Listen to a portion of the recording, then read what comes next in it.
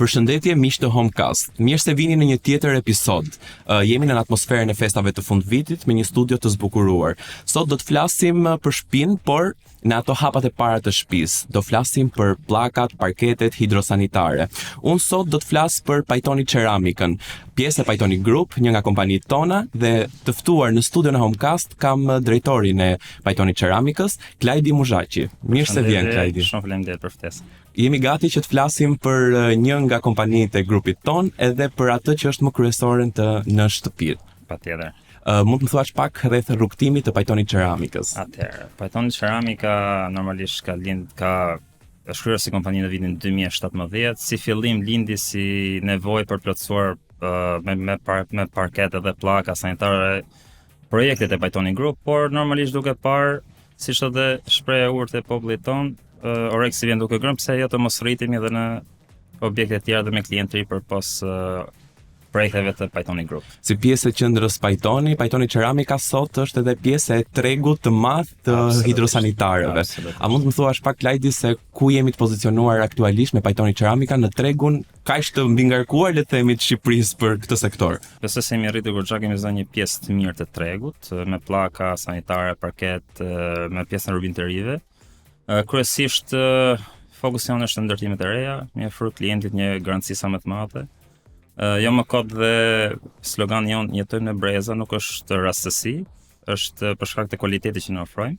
Pse jo, po themi që personi që vendos pllakat apo parketin ton të le brezi tjetër. Shumë e bukur kjo. Kjo është slogani që një mendje shumë e ndritur për gjithë atë që ka zgjedhur sloganin e kompanisë, kështu që në rregull, Klajdi, por le të prekim pak përpose e ceke dhe e the që materiali, cilësia, çdo gjë. Mund të flasim pak se Pajtoni Ceramika përpos pjesës së ndërtimit që ju thatë që merrni një sektor shumë të mirë të tregut të ndërtimit, ne ofrojmë edhe për gjithë klientët me showroomin ton që ndodhet brenda qendrës Pajtoni.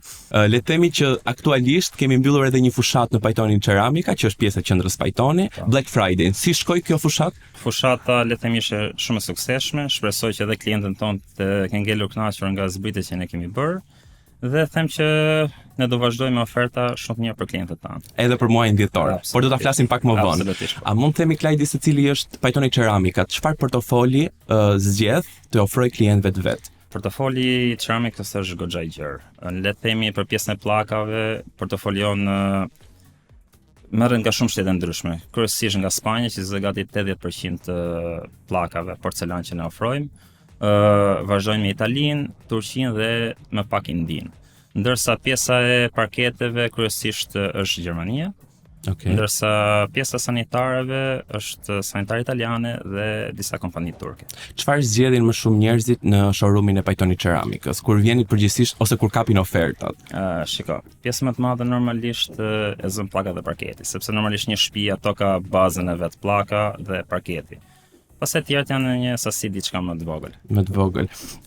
Pse shpesh herë ne që nuk jemi në pjesën e sektorit, që nuk e njohim aq shumë, por gjithmonë e gjoj edhe nga arkitektët dhe nga podcastet që kam bërë, ose edhe nga vetë familjarët tonë, që pllaka është themeli i shtëpisë. Absolutisht. E para është themeli i shtëpisë sepse është pjesa më e dukshme e shtëpisë. Normalisht është ajo e cila përcakton çfarë stili do ketë shtëpia.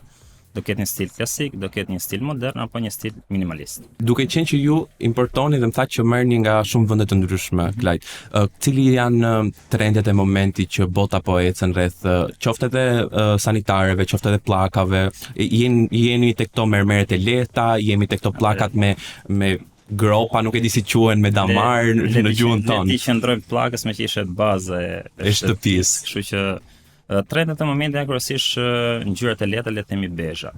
Normalisht ne si staf apo departamenti i blerjes gjithmonë shikojmë trendet e reja që janë nëpër botë, marrim pjesë në çdo panajir i cili zhvillohet nëpër botë. Por normalisht ne si me departamentin e blerjeve kemi një thënë që themi jo çdo gjë duhet na pëlqejë. Absolutisht trendi është ky, po ne ofrojmë shumë lëshmëri ngjyrash dhe dizajnesh për klientët tanë. Përgjithsisht njerëzit janë tek këto klasiket, pra që ka një lloj modeli pllake që nuk del kur nga moda. Patjetër që po themi ngjyrat minimaliste, sidomos kohët e fundit janë goxha në trend. E bardha, gria, në këtë lloj. E gria lehtë, po themi edhe besha. Janë ngjyrat të cilat kombinuar me dritën e ngrohtë janë goxha në modë. Duke qenë që folëm për departamentin e blerjeve, unë dua të di si ndryshon cilësia e prodhimit nga vende të ndryshme dhe si ndikon tek ju, tek vetë ju si pajtoni ceramika. Absolut. Për pjesën e pllakave, po themi normalisht dy vende të cilat mbahen për cilësinë më të mirë të pllakës është Italia dhe Spanja. Normalisht ne shikojmë klientin dhe ofrojmë bazë të kërkesës së klientit. Nëse klienti do një pllakë parë nga buxheti i klientit. Nëse klienti ka buxhetin, i ofrojmë pllakën italiane, i ofrojmë pllakën spanjolle. Nëse diçka më të lirë, absolutisht kemi edhe brenda të tjerë, pllaka nga Turqia, nga India. Parë nga klienti. Por normalisht një pjesë cilësi më të lartë dhe pllaka më të mira i përdon Italia dhe Spanja. Italia dhe Spanja. Ndoshta nga shtrira ka që zgjerë gjeografike për prodhojmë për gjithë botën, kështu që sidomos Spanja është një nga vendet më nda të prodhimit të pllakave. Super. Po nëse flasim për diferencë, cila është diferenca midis një pllake që cila mund të konsiderohet premium, pra një pllakë e mirë, folëm për Italinë, dhe çfarë mund të themi për një pllakë për shembull që mund vi nga Turqia, India ose ku ndryshon cilësia e një pllake? E para është materiali përbërja e pllakës. Normalisht pllaka më aksesorë përbëhet nga gres porcelan, cila ka një densiteti më të lartë, ka një rezistencë shumë më të madhe ndaj goditjeve. Gjithashtu, një pllakë cilësore shikohet nga uniformiteti. Po themi brenda kutive pllakat cilësore nuk ka shumë ndryshimi dizajnit të një pllake me një pllakë tjetër. Gjithashtu janë dhe shumë eksakte në përmasa. Po themi nëse një pllakë do ketë përmas një pllakë cilësore, nëse reklamon si 60-60 apo 60-120 do të jetë eksaktësisht ashtu. Një pllakë cilësore i përmban këtë përmasa. Dhe një pllakë që ndoshta ndryshon është pak më e madhe ose pak më e vogël? Absolutisht. Absolutisht mund të jetë 59.8, por në pllakët cilësore përmasat janë eksakte siç reklamon etiketimet e tyre. Okej, shumë. Po pllakat cilësore a ka ndonjëherë a bën ndryshime edhe në dizajnin për shembull, kur ka për shembull se mendimi jon si konsumator gjithmonë, nëse është një pllakë për shembull që ka ca damare më shumë, ca lule më shumë ose gjëra të ndërhyra, domethënë na duket sikur është punuar më shumë ajo pllaka. A ka ndikim apo nuk ka ndikim? Patjetër që ka ndikim. Normalisht pllakat më aksesorë ofrojnë dizenja të shëmbëlshme për klientin. Një tjetër gjë që pllaka duhet të jetë cilësore është dhe absorbimi i ujit, water observation që ne themi, por normalisht këtë e shohim ne si specialist pllakash kur blem, por një klient që nuk është shumë i informuar për këtë, nuk ka se si ta shikoj absorbimin që pllaka ka, absorbimin e ujit, le të themi. A ka ndonjë certifikat ose ndonjë diçka që ju kur importoni ose nuk e di më thënë si, a keni certifikata të cilat ju i merrni nga kompanitë që prodhojnë? Patjetër, çdo pllakë, sidomos nga kompanitë spanjolle dhe italiane kanë certifikatën e tyre të cilësisë me përmbajtjen e materialit të gres porcelanit, përqindjen e absorbimit të ujit etj etj. Sa të rëndësishme Klajdi janë formatet e pllakave, ajo që përmendëm pak më përpara, 30-30, 60-30, këto lidhen me dëshirat e klientëve apo ndikon edhe në cilësi, sepse mendoj ndonjëherë sikur, ku di unë, se ndoshta njerëzit kanë dhe pyetje çuditshme. Le të themi që janë shumë të rëndësishme. Okej. Përmasa ndikon në atmosferën e ambientit, le të themi.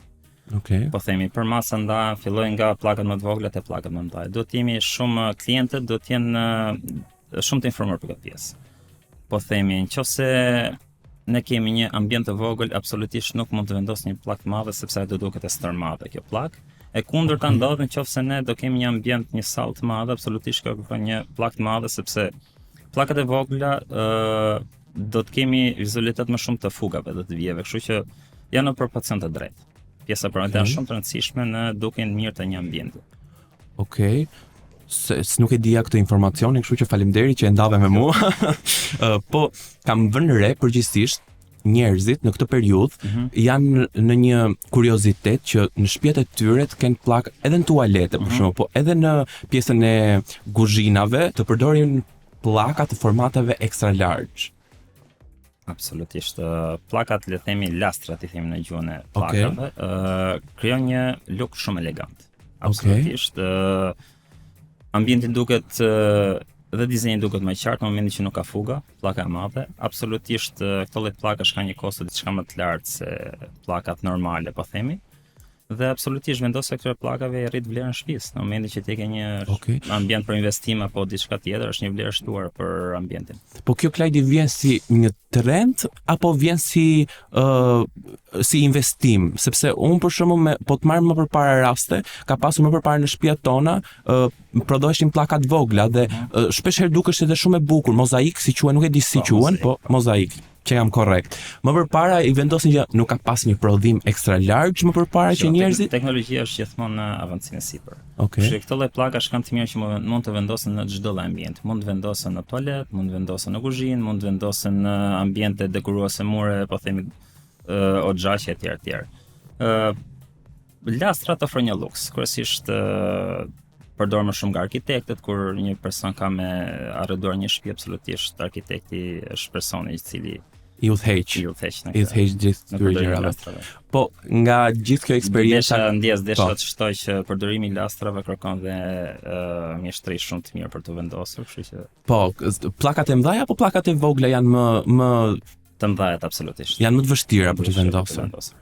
Po si kohë pune, se unë mendoj se unë e marr thjesht logjikisht, kur mendoj pllakat vogla duhet më shumë kohë pune që ti vendosësh një nga një. Kurse kur e ke të madhe vetëm e merr dhe vendos. Në gjykimin personal mendoj që pllakat e mëdha kanë një vështirësi shumë të madhe për të vendosur sesa pllakat e formatit vogël. Okej. Shumë interesante. Unë pasam pas gabim gjithë jeta ime pasa që një gënjeshtër. Nga gjithë folëm që nga viti 2017 që është krijuar Pajtoni Ceramika dhe në gjithë të periudhën e gjatë që ju jeni edhe me showroomin tuaj që unë dua t'i ftoj gjithë ato që po na ndjekin të vinë ta shikojnë nga afër brenda qendrës Pajtoni në katin e dytë. Cili është gabimi përgjithsisht që ju shikoni tek njerëzit kur blejnë pllaka? Le të fokusohemi te 3 pika. Okej. Funksionalitet, dizajn dhe përmas. Të ndalim te funksionaliteti. Njerëzit duhet të jenë shumë të qartë me veten e tyre në momentin që vinë të zgjedhin një pllak. Po them funksionalitetin, nëse personat pretendojnë që të veshin një tualet me pllak, absolutisht gjykim personal te pjesa e shtrimit të tualetit duhet zgjedhin pllakën mat. Funksionaliteti do të thotë që nëse zgjedhin një pllak me shkëlqim, ekziston rreziku i rrëshqisë dhe dëmtimit në këtë ambient. Kështu duhet të jenë shumë të qartë për çfarë do të përdorin këtë pllak. Okej. Dhe në moment që do të zgjedhin. Pjesa tjetër është dizajn. Do të jenë shumë të qartë në veten e tyre çfarë pëlqejnë këto njerëz. Pëlqen një dizajn të lehtë, një dizajn pak të ngarkuar, ngjyra të errëta, ngjyra të çelta etj. Tani te pllakat, më shuaj një kuriozitet. A janë më trend pllakat që duken si parket apo nuk? Apo janë në trend absolutisht çdo gjë. I vjen koha e trendit vetë le të themi. Okej. Por gjithsesi këto përdoren ambiente të kufizuar pllakën në formë parketi. Po them në disa ambiente, po them ku shtrohet disa njerëz në momentin që shtrojnë kuzhinën me parket, e pjesa e vendit ku gatuan që ka prezencë ujë mund shtrojnë këto pllaka në formë parketi dhe që të jenë një uniform. Midis pllakës dhe parketit. Sa e bukur. Shumë mirë. Se sugjerim edhe kjo që mund të përdor. Po, unë mbaj mend që ka qenë një periudhë në Shqipëri dhe unë për shembull shtëpinë e prindërve të mi e kam të gjithë të shtruar me këtë pllakën që duket si parket. Ka një pllak kafe kështu. 15 me përmasa 15-16 diçka tillë. Okej. Po. Që është përdorur masivisht. Po, edhe këtë doja të dija që se dua të kaloj tani nga pllaka, do të kaloj pak te parketi. Po. Që shqiptarët pësuan një periudhë tranzicioni, më duket, në një kur doli parketi, se nuk e din çfarë viteve ka dalë, po që kur doli parketi, të gjithë filluan masivisht të vendosnin parket. Domethënë unë edhe një podcast këtu kam thënë që filluan shqiptarët duke bler gjithë parkete, në gjithë të shtëpia duke ndryshuar. Po themi si ndryshon atmosfera e një shtëpie Klajdi kur përdoret një parket? Shiko, normalisht parketi është më afër natyrës, le të themi druri, imitimi i drurit. Okej.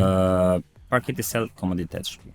Është sjell komoditet, ngrohtësi, krijon një atmosferë natyrale, le të themi. Kështu që përmirëson plus se ka dhe gjëra tjera që përmirëson akustikën. Okej. Një vendosje parketi në shtëpi kryesisht ndikon në stilin e gjithë shtëpisë. Okej, po është më si mendoni ju, prap nga eksperienca edhe e të blerjeve që keni në Pajtoni Ceramika, mendon që është më mirë të investosh në parket apo në pllak? Pavarësisht zgjedhjes personale, po unë dua një mendim nga juaj për te pjesa jo e tualetit, unë do të sugjeroj parketin.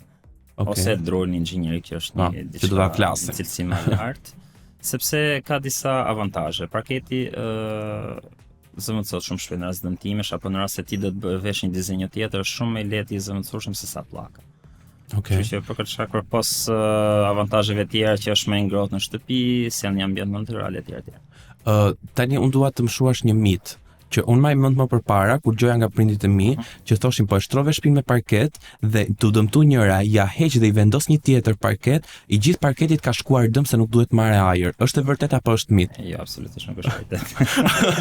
Okej. Absolutisht nuk është vërtet. Domethënë ka ndryshuar metodologjia e vendosjes edhe të parketit. Dhe teknologjia që prodhohet parketi, absolutisht nëse një pjesë e parketit dëmtohet, ka forma të vjetra, thjesht duhet filluar të çmontohet nga një anë dhe vjen duke afruar te pjesa dëmtuar, e zëvendëson dhe vazhdon shtrimin në vazhdimsi. Okej. Me që e folëm për këtë ndryshimin e vogël të kësaj parketit dhe e shuam atë kuriozitetin që unë e kisha ditë gabim. Cili është Klajdi ndryshimi midis një parketi druri dhe inxhinierik ose imitim druri dhe inxhinierik? Fillimisht çmimi. Çmimi, okay. Absolutisht ka një kosto tjetër parketi inxhinierik apo parketi industrial siç e themi ne. Parketi inxhinierik është dru natyral. Okay. Ndërsa laminati është i presuar. Normalisht ka shumë avantazhe druri inxhinierik, sepse edhe në rast dëmtimesh mund të riparohet, mund të trashënohet etj. Ndërsa laminati në moment dëmtimi thjesht duhet ndërruar dhe nuk ka mundësi rikuperimi. Absolutisht. Është shumë afatgjatë druri inxhinierik. Është shumë natyral normalisht. Druri natyral është diçka natyrale, është më afër natyrës. Mund ta vendosësh edhe në shtëpi, edhe në hotele, edhe në gjitha Absolutisht po. Absolutisht. Unë me sa di ju jepni edhe asistencën për të gjithë hotelet edhe pjesën e Horekës që për pllakat parketet të gjitha hidrosanitare. A ka ndonjë ngjyrë parketi që është gjithmonë trend ose që nuk del nga moda, me që e tham për pllakat? Normal ngjyra e mjaltit është mbizotuese në parketet. Është ngjyra e cila mbizotron dhe njerëzit e zgjedhin masivisht.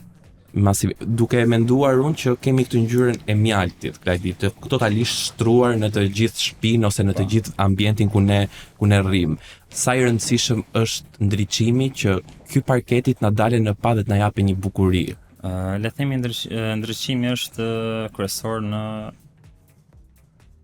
evidentimin e dizajnit të parketit. Një parket duket ndryshe në dy dhomë ndryshme. Varet nga nëse dhoma ka një ndriçim natyral apo jo, apo dhoma nuk ka një ndriçim natyral. Një dhomë e cila nuk ka një ndriçim mjaftueshëm nuk mund të përdorë një parket DC të errët. Absolutisht duhet të përdorim një parket DC të shelur. Njëta gjë ndodh, po themi, ka disa klientë të cilët e shohin parketin në showroom kur shkojnë në shtëpi, nuk u pëlqen. Po, se ka ndodhur, ka shumë raste. Për këtë shkak ne në showroom përdorim gjithmonë dridhje natyrale 4000 Kelvin që të japim një dizajn sa më të saktë ngjyrës parketit. Dhe gjithmonë rregull i ardhur të sugjeroj klientët merrni mostrën në shtëpi, të cilat mund të shikojnë dhe është bën një zgjedhje goxha më të saktë mbas dritës që kanë në shtëpitë e tyre. Edhe ju besoj implementoni këtë gjë, ja jepni nga një mostrë klientit edhe mund ta shohë vetë në shtëpi. Shumë interesante kjo gjë, se kisha menduar. Po, momenti që do të javosh shumë shpejt do dalim te kjo gjëja. Folëm edhe për parketin, e mbyllim dhe te pjesa e parketit. Dalim pak sa te tualetet prapë edhe një herë. Si kanë ndryshuar dizajnet e tualeteve këto viteve të fundit? Ku kemi arritur? Se kanë ndryshuar shumë, mendoj. Që nga sanitare, që nga patjetër, që nga forma, ngjyrat, po themi, kemi kaluar nga tualetet që vendosen në tokë, tani janë tualete wall hang që të cilët vendosen në mur. Janë goxha më komod, tregon një hapësirë më të madhe. Më parë përdore vetëm ngjyra e bardhë, ndërsa sot përdoren edhe bardha, ngjyra të mate, zezë, gri, ivory, kështu që janë ngjyrat janë masive. Dhe teknologjia absolutisht që ka ndryshuar goxha. Po përgjithsisht zgjedhjet që bën njerëzit janë prapë të minimalistët. Unë po flas për në total, nuk po flasim për një klient, dy klient, në shitje. Jeni tek kryesisht trendet, njerëzit kanë kaluar te modelet minimaliste të thjeshta, jo shumë të lodhshme, le të themi. Jo shumë ngarkuara. Ndoshta për shkak sepse në ditët sot me njerëzit bën një jetë goxha të shpejtë dhe ndoshta në momentin që shkojnë në shtëpi duhet të shkojnë diçka të qetë, minimaliste, kështu që trendi minimaliste është mbizotues në ditët sotme. Duhet që folëm për këtë gjë. Ku janë trendet e blerjeve të njerëzve përgjithsisht në showroom?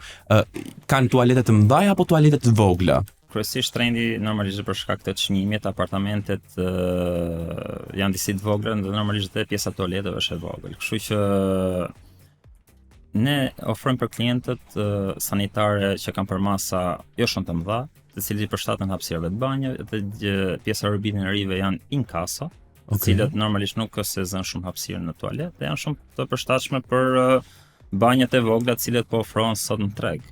Okej. Në Pajtoni Ceramika klientët mund të gjejnë çfarë do të përmasa, gjithashtu ofrojmë edhe pjesën e mobileve të tualetit, që janë përmasa nga 55, 60, 100, çfarë përmasa sipas hapësirës që ato kanë. Dhe hapësirës që ato kanë. Cilat janë Klajdi markat të sanitareve që preferohen më shumë ose që janë masivisht dhe që ju I keni në showroomin tuaj? Ne kemi në showroom marka ndryshme dhe cilësi ndryshme, mbas të buxhetit dhe kërkesës së klientëve. Kryesisht markat italiane normalisht janë më të kërkuarat, siç është Catalano, më pas vazhdojnë markat nga Turqia, Court Bathroom, të cilin na ofrojnë, dhe shumë marka të tjera, të cilat janë të pranishme në Pajtoni Ceramika. Sa I rëndësishme është edhe instalimi profesional I këtyre, se ndonjëherë ne shqiptarët blemi gjë, ndoshta instalojmë keq dhe pastaj themi nuk bën ta ajo gjëja që kanë bler. Te kjo pjesë desha ndalesh pak me thënë drejtën, kam pak rezervat e mia për personat të cilat I vendosin. Si gjithmonë në Shqipëri, po ta krahasojmë pjesën mekaniku, na del gjithmonë një vide apo diçka të cilat del tepër. Po. Do të sugjeroja personat të cilët instalojnë çdo gjë, si sanitare, si rubinet, lexojnë manualet. Janë shumë të rëndësishme leximi manualeve. Kemi pas goxha ankesa nga klient, të cilët thënë po themi tualeti nuk e shkarkon mirë ujin, dhe ne kemi qenë të detyruar të komunikojmë me inxhinierët e kompanive të cilët na furnizojnë dhe na kanë dhënë detajt se si montohet. Kështu do të sugjeroj gjithë montuesit të lexojnë detajet. Ne jemi suportues për gjithë këto personat, e vlerësojmë punën e tyre sepse normalisht është një punë goxha vështirë, vendosja e pllakave, vendosja e sanitareve. Japim asistencë për çdo që nuk I ka njohurit e duara për vendosjen e sanitarëve apo kjo është më e rëndësishme se ndonjëherë asistenca është ajo gjëja që do më shumë njeriu të dëgjojë. Si ta vendos, si ta ceramika, asistenca është gjithmonë maksimale. Jeni një staf fantastik. Unë që jam gjithkohës kontakt me ju, jeni shumë të mirë. Klajdi, ka ndonjë mënyrë bashkëpunimi Pajtoni Ceramika me arkitektët? Patjetër që arkitektët janë të mirëpritur në Pajtoni Ceramika. Të ne mund të gjenë dizajnit e fundit të pllakave, parketit, sanitar dhe të rubinit të rive. Po në qoftë se unë Klajdi jam një klient që ka marrë te showroomi juaj, se unë vdes kështu që ti marrësh me shembuj, përpijen kam ardhur, kam parë pllakat, hidrosanitaret, parketet, çdo gjë që më duhet për hapin e parë të shtëpisë. Po nuk di ku jam. Çfarë asistencë më jepni ju? Atëherë, ne kemi ekipin tonë të agjendëve shitje, të cilët absolutisht sugjerojnë klientët në bazë të vendit ku do ta shtrojnë pllakën ose parketin, japin sugjerimet e tyre. Por post kësaj ne kemi edhe arkitektët tanë pjesë e Pajtoni Group, nëse klienti ka nevojë për të, ne mund t'i ofrojmë të asistencën me arkitektët tanë. Kështu kjo është një plus të cilin ne ofrojmë për klientët tanë në Pajtoni Ceramika. Super, gjithë shtëpinë do ma bëni ju, pra me që ka muhabeti kështu. Ti vetëm bën bardhë dhe parqet në showroomit tonë. Patjetër që po. Ndërkohë që le të themi që në Pajtoni Ceramika, të gjithë ato që po na shikojnë, edhe në website-in e www.pajtoniceramika.al mund të gjeni edhe të gjitha pllakat, parketet hidrosanitare për t'i parë. Trendet e fundit që ofron edhe në Instagram dhe gjithë rrjetet sociale. Kalojmë prapë tek një pyetje tjetër. Duhet qenë që unë kam shumë qejf showroomin tuaj, dhe unë do t'i them ato ambientet që mua më pëlqejnë, po cilat janë 3 ambientet më të bukura në Pajtoni Ceramika? Nëse më pyet më për më të gjitha të preferuara. Okej. Ambientet e preferuara do thoja pjesën e rubinetave. Okej. Të cilin ofrojmë një markë shumë prestigjioze spanjolle Tres. Është një nga të preferuarat e mia dhe kjo markë ofron 3 vite garanci për çdo produkt që klientët mund të blejnë pranë showroomit tonë. Ambientin tjetër absolutisht pllaka dhe parket. Okej. Ndërsa unë baza e gjës. Absolutisht. Unë diçka kam preferuar te ju. Unë kam preferuar të gjitha ato bokset e bukura që ju bëni kombinim se si mund të ngjasoj banjoja juaj me këtë model pllake me atë model pllake. Dhe kjo është falafsive të arkitektëve të Pajtoni Group. Kështu që faleminderit Pajtoni Group. Cili na mbështet gjithmonë, patjetër. Duhet qenë që mbarua me gjithë këto pjesët e tjera dhe dua të di pak a shumë te 2026-ta. Cilat do jenë trendet për pllakat, parketet, sanitaret, nuk e di po. Normalisht mbizotërojnë ngjyrat e lehta, grija lehtë, bezha lehtë, pa shumë ujëra dhe pa shumë dizajn. Domethënë ngjyra që nuk zhgënjejnë kurrë. Ngjyrat e sigurta lehtë. Ngjyrat e sigurta. Super fare, kështu që nxitoni te Pajtoni për t'i parë gjitha ngjyrat e bukura që ka aty brenda. Unë dua që të jemi pak praktik dhe dua të japim pak ca këshilla për ato që na dëgjojnë. Kështu që unë kam përgatitur disa pyetje me këshilla, merr kohën tënde që të na japësh përgjigje të zgjuara dhe të bukura që ne t'i dëgjojmë dhe pas kësaj do të kalojmë te ca pyetje të shpejta që ne do themi se ku jemi dhe ku si jemi. Klajdi, si të zgjedhim pllakat sipas matësisë të ambientit? Gjithmonë proporcioni drejt. Ambientet e mëdha kërkojnë gjithmonë një pllakë të madhe me përmasa mëdha, ndërsa ambientet e vogla nuk kërkojnë një pllakë me përmasa shumë mëdha, sepse në këtë rast pllaka duket e stërmadhe, thamë më parë. Gjithmonë në proporcion drejt. Super. Edhe një pyetje që më erdhi direct flash. Sa më the këtë. Tani, a ka ndonjë ndikim që ta shruaj këtu kuriozitetin tim, se më përpara disa pllaka vendoseshin ku diun kështu a parketi, nuk e di, po vendoseshin disa kështu gërshet, disa kështu drejt, po kurrë. A është thjesht çështje dizajni apo është çështje absolutisht është çështje dizajni, personat mund të vendosin pllakat siç kanë dëshirë ti vendosin. Ata në fund ditës kemi pasur se kur një person vjen me arkitektin, përqendron në arkitektin në showroom-in ton, arkitekti zgjedh një ngjyrë neutrale apo një dizajn, ndërkohë klientit i pëlqen diçka tjetër. Absolutisht do të sugjeroj klientit zgjedhje atë cili pëlqen sepse do të jetë ai që jeton në shtëpi. Kështu që por sugjerimi personal do të ishte që pllakat do të jenë në fugë të drejtë, ndiqen fuga, të ndiqen linjat e drejta. E drejta. Cilat janë 5 gjëra që duhet të shohim përpara se të blejmë një pllak? Atëherë gjëja e parë është materiali. Okej. Cili do të verifikojnë, do të shohin a është një pllakë rezistent apo që i reziston kohës. Okej. Do të shikojnë dizajn dhe formatin absolutisht. Super. Një pllak e mirë, Klajdi, mund thjesht ta japim për informacion për ato që na ndjekin. Sa është metri katror, sa varion e një pllake cilësore të mirë? Kjo është një pyetje $1 milion. Se gjithsesi ato që na ndjekin po erdhën te showroom-i do e marrin vesh, kështu që shiko, Pajtoni Ceramika për çdo pllakë që ofron, pavarësisht çmimit, ofron garancinë e klientit. Nëse një pllakë mund ndodhi një pllakë me defekt sektor apo diçka, garantosh Pajtoni Ceramika. Okej. Kështu që po them që pavarësisht çmimit që blen çdo pllakë cilësore në Pajtoni Ceramika. Dhe çdo kush garancinë për absolutisht. Nuk na e tha prapse prap, po do shkojmë showroom edhe do e marrim vesh. 3 këshilla Klajdi për një tualet që të jetë edhe modern edhe funksional, që të ketë të dyja bashkë.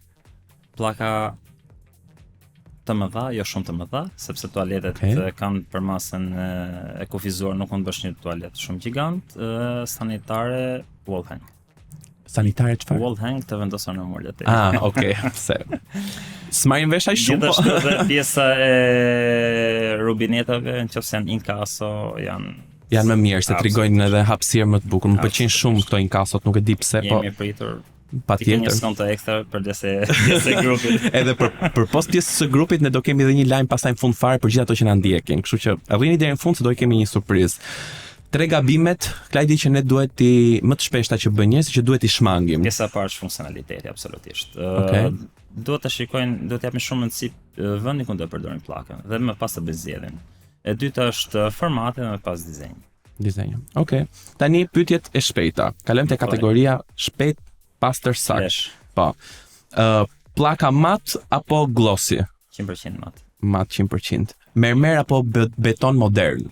Këto janë disi konfuz, do zgjidhja betonin modern. Betonin modern.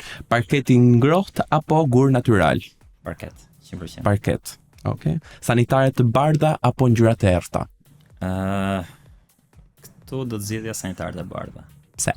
Ta shpjegoj pse. Për shkak se mua personalisht pëlqejnë shumë sanitaret me ngjyra. Absolutisht, por për shkak të funksionalitetit do të zgjidhja sanitare të bardha. Okej. Sanitarët me ngjyrë, nëse nuk janë shumë cilësore, mund të sjellin problematika për shkak të detergjentëve të cilat përdoren. Po pra se këtu doja dilja që kështu që për këtë shkak janë më safe sanitarët e bardha. Më safe sanitarët e bardha. Më të bukur janë me ngjyra, po. Me dizajn të pllakave, por më safe. Le të qëndrojmë funksionalitetit. Funksionalitetit. Okej. Pra do kaloj tek ngjyra e bardhë miq, nuk do rri tek ajo ngjyra që dua unë të kem tualet. Tualet i madh apo tualet praktik? Do preferoj praktik. Praktik. Pjesën e madhësisë do ta preferoj ta kisha në pjesën e ndenjës, sepse aty është pjesa më e madhe ku një person rri se sa në tualet. Se tani u kujtova unë, se rri kujtohem ndonjëherë. Tani përpos pllakave, parketave hidrosanitareve, a kemi edhe vaska në pajtoni Ceramika, i ofrojmë gjitha këto? Absolutisht, po vaska, pasqyra. Okej. Se tani kemi edhe këto pasqyra të afro, ndizet vet, bën ndriçim, mund bësh foto. Okej. Mund të vesh muzikë etj. Kështu që i ofrojmë dhe gamën e pasqyrave smart me sensor, me 3 kolore, antifoge etj. Okej, këto tek pasqyrat me që jemi, preferojnë më shumë nga sektori i Horekës për këto hotelet apo edhe në për shtëpia nuk është asnjë lloj problemi? Nga gjithë, çdo shtëpi ka një pasqyrë. Jo, po flas me pasqyrë, po them me këtë pjesën e ndriçimit, se tani kur erdha një ditë te pajtoni Ceramika, e lidha atë pasqyrën me telefonin, vendosa Bluetooth dhe ndërkohë më duket se sikur jam në shtëpi. Zakonisht që i kam lidhur telefonat me pasqyrat për t'i provuar, në moment që flas telefon më lidhet gabimisht me njerëzit me pasqyrë. Po, domethënë kemi edhe një pasqyrë inteligjente që përdoren në çdo shtëpi për shkak se drita është që zbukuron pllakën.